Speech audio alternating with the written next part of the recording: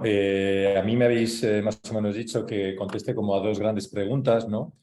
Que cómo ha influido el déficit de participación pública o en su caso, en su correcto ejercicio en el desarrollo de la Red Natura 2000.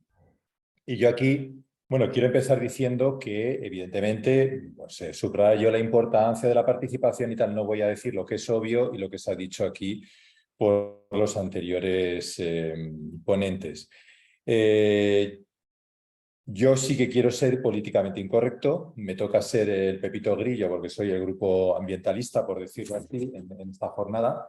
Y lo que tenemos que reflejar primero es que, aparte de que ha habido un déficit, evidentemente, de participación pública, esta parte de participación se ha generado como generadores de conflicto y no de manera positiva, ¿vale? Como una herramienta para precisamente gestionar los conflictos, ¿de acuerdo? En general, nos hemos encontrado en todos los procesos de participación una contaminación tremenda por determinados intereses externos, muchas veces. Curiosamente, los conflictos son menores cuando hablamos de pues, las pequeñas actividades a nivel de los municipios, de cazadores, de agricultores y demás. Hay grandes intereses en el entorno que contaminan siempre estos procesos y que manejan a los medios de comunicación en muchos casos y se generan estos conflictos. Y quiero aterrizar y quiero poner un ejemplo quizás muy extremo, pero para que veamos un poco lo incongruente. Si nosotros hubiéramos aplicado más, es mi opinión, si hubiéramos aplicado más procesos de participación, tal y como se están aplicando ahora, posiblemente tendríamos menos espacios protegidos y menos Red Natura 2000. Y pongo un ejemplo, por ejemplo, con parques nacionales, que es como lo más evidente, ¿no? Nosotros, en la época de Alfonso XII, se generan o se crean dos grandes parques nacionales, Ordesa y Picos de Europa. En la época de Franco, en la dictadura, entre el 39 y el 75, en 36 años, ¿vale? Se declaran 6 parques nacionales. Ojo, joyas de la corona. Hablo del Teide, hablo de Doñana, Tela, hablo de Daimiel, hablo de Aigüestortes, etc. En plena democracia, gran participación, teóricamente, bueno, pues todos estamos mejor representados, etc. Se generan en 47 años solo 8 parques nacionales. Y es de los que yo llamo light. Las Islas Cíes, bueno, no vive nadie ahí, Cabrera, el Parque Nacional del Guadarrama, que está por encima de Calcota, que, bueno, van 4 cabras monteses y, bueno, a lo mejor ha afectado un poco al tema del esquí, pero como ya no hay nieve, tampoco hay afección. Monfragüe, que ya era un parque natural muy consolidado en Extremadura. Hablo de Sierra Nevada, que quizás sea un poquito más importante, una ampliación de Picos de Europa que trajo Tela, ¿vale? Su ampliación. Cabañeros, que es una sola finca y que también costó que la ocupáramos, etcétera, etcétera, y Garajonay, que ya más o menos estaba vendida todo lo que había que vender. ¿Qué ocurre? Que cuanto más participación, más miedo tiene la administración en declarar, porque muchas veces se considera la participación como decisoria, ¿vale? Y no como una herramienta posterior de gestión de estos espacios, ¿de acuerdo? Es decir, le doy la vuelta. Doñana, todos sabemos lo que está pasando en Doñana, se ha secado el último humedal que había en Doñana y tenemos el conflicto con los regantes y la autorización por parte de todos los partidos, de los principales partidos en Andalucía para legalizar las famosas 1000 hectáreas de regadío, últimas que había ahí para legalizar. Bien, si nosotros ahora decimos, vale, mira, Doñana mejor que lo desclasifiquemos, tendríamos un levantamiento de la población, estoy convencido, de la zona.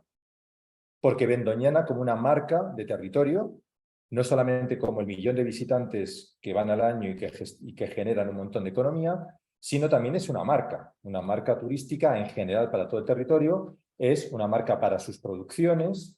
Evidentemente, tu casa vale 100.000 euros más en un parque nacional o frente a un parque nacional que si lo tienes frente a un vertedero, ¿de acuerdo? Con lo cual la gente ya después de muchos años ha visto el valor de ese espacio natural, ¿vale? Pero si a esta gente la hiciéramos, o a todos los habitantes del entorno, les propusiéramos generar un parque nacional de nuevas en Doñana, en este momento, por mucho proceso de participación pública, no había parque nacional. Estoy absolutamente convencido, porque en el entorno pues tienes una serie de grandes de intereses económicos que moverían de tal forma los medios de comunicación, nos ha pasado a nosotros en otros territorios, que sería imposible esta declaración. Con lo cual, ojito cómo se enfoca el tema de la participación, etcétera, etcétera. Lo mismo está pasando en Daimiel. Daimiel es un parque nacional que está en la UBI, donde se está bombeando agua para que parezca que tiene algo de agua, ¿vale? Pero ahí han ganado los intereses económicos de los regadíos del entorno y realmente es un parque que habría que desclasificar al paso que vamos, ¿de acuerdo? Ahora, el día que vayamos a desclasificar Daimiel, estoy convencido que una buena parte del territorio se levantaría en armas, cuando antes a lo mejor estaría en contra de esta declaración. Con lo cual nos lo tenemos que hacer mirar, punto 1. Punto 2, es importante, y aquí, continuando un poco lo que ha dicho el anterior participante, creo que es más importante en este momento la participación en la gestión que en la propia declaración de los espacios. ¿Por qué? Porque hoy en este momento, una vez, por ejemplo, pongo la declaración de la Red Natura 2000 en Castilla-La Mancha, que es donde nosotros trabajamos más junto con Extremadura. Pues yo estoy viendo que en una provincia como Cuenca la están gestionando un técnico para fauna y flora y otro técnico para los espacios naturales. No dan de sí.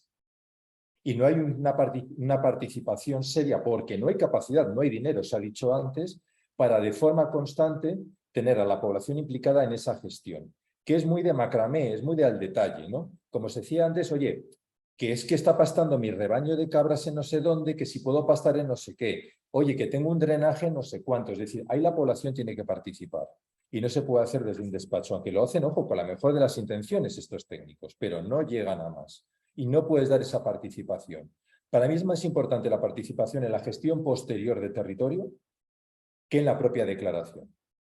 Y aquí vuelvo un poco con la segunda pregunta, ¿no? Es decir, ¿cómo podemos conseguir la implicación real de los habitantes en los territorios incluidos en la Red Natura 2000, evitando pues, posibles sentimientos de desapego y algunos casos de buenas prácticas? A ver, para mí, como digo, ahora nosotros, por ejemplo, estamos en un proceso de participación para declarar el Parque Natural del Moncayo Soriano. Son 4 pueblos con muy pocas posibilidades de desarrollo y ven en el turismo un gran potencial, puesto que en la parte de Zaragoza el Parque Natural está dando pues, bastante buenos resultados. Con lo cual es un proceso de participación sencillo. Estamos en un proceso de participación para la declaración del Parque Nacional del Alto Tajo.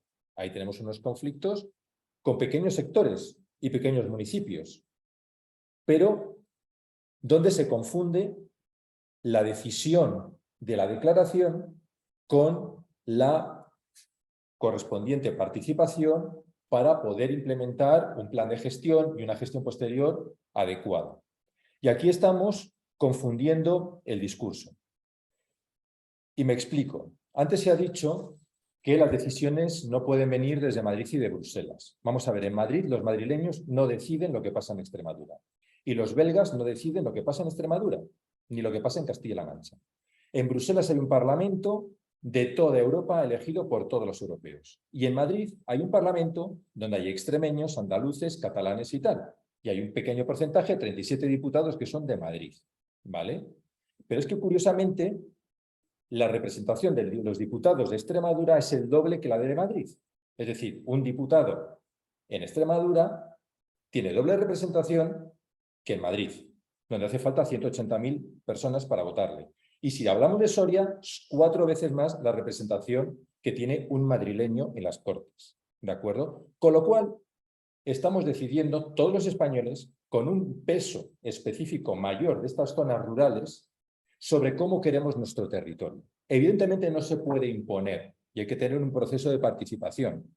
Pero igual que decimos que ni Cataluña ni el País Vasco se pueden emancipar de España porque todos los españoles, ¿vale?, somos soberanos en estas decisiones, todos los españoles son también soberanos a la hora de decidir qué espacios queremos y dónde los queremos. Evidentemente, sin una imposición radical, teniendo en cuenta la participación. Pero no podemos tener ahora, y lo que ocurre en este momento es que nuestros políticos utilizan la participación pública como excusa decisoria. Y no puede ser esto.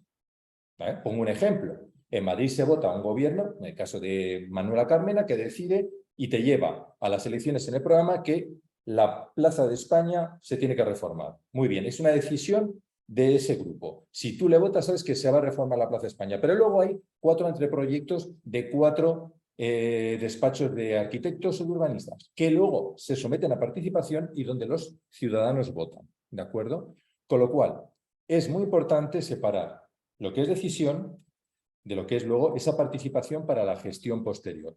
No me quiero alargar mucho más porque luego hay debate, pero esto es un poco la idea que yo quería transmitir, o sea, diferenciar un poco el valor que tiene la participación, que evidentemente se tiene que hacer de otra forma, y para mí, insisto, que es mucho más importante esa participación día a día de los habitantes del medio, del entorno que están allí, para poder salvar los problemas que son los que realmente generan los conflictos, esos problemas que nos parecen pequeños, es decir, que no es esa gran teoría de la participación desde Bruselas, sino el día a día, de dónde pongo mis cabras, de dónde labro, qué hago con este barbecho, y ese modelo de gestión detallada del territorio, donde evidentemente hace falta recursos.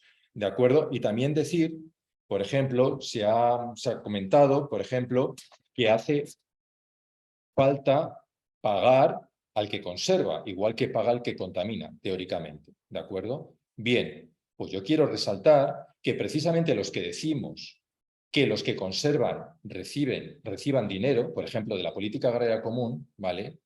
Somos 4 gatos frente a los representantes de estas zonas que cuando pedimos, por ejemplo, que la PAC incluya unas medidas agroambientales potentes, unos ecoesquemas potentes y que precisamente se priorice a la Red Natura 2000, son precisamente los sindicatos agrarios y los representantes del medio rural, ¿vale?, los que se oponen porque quieren que el dinero siga yendo a los mismos. Con lo cual nos lo tenemos que hacer mirar, a ver qué discurso queremos. ¿De acuerdo? Bueno, no me enrollo mucho más y muchas gracias de nuevo, Jovita, por estar aquí con vosotros. Muchas gracias a ti por ser políticamente incorrecto.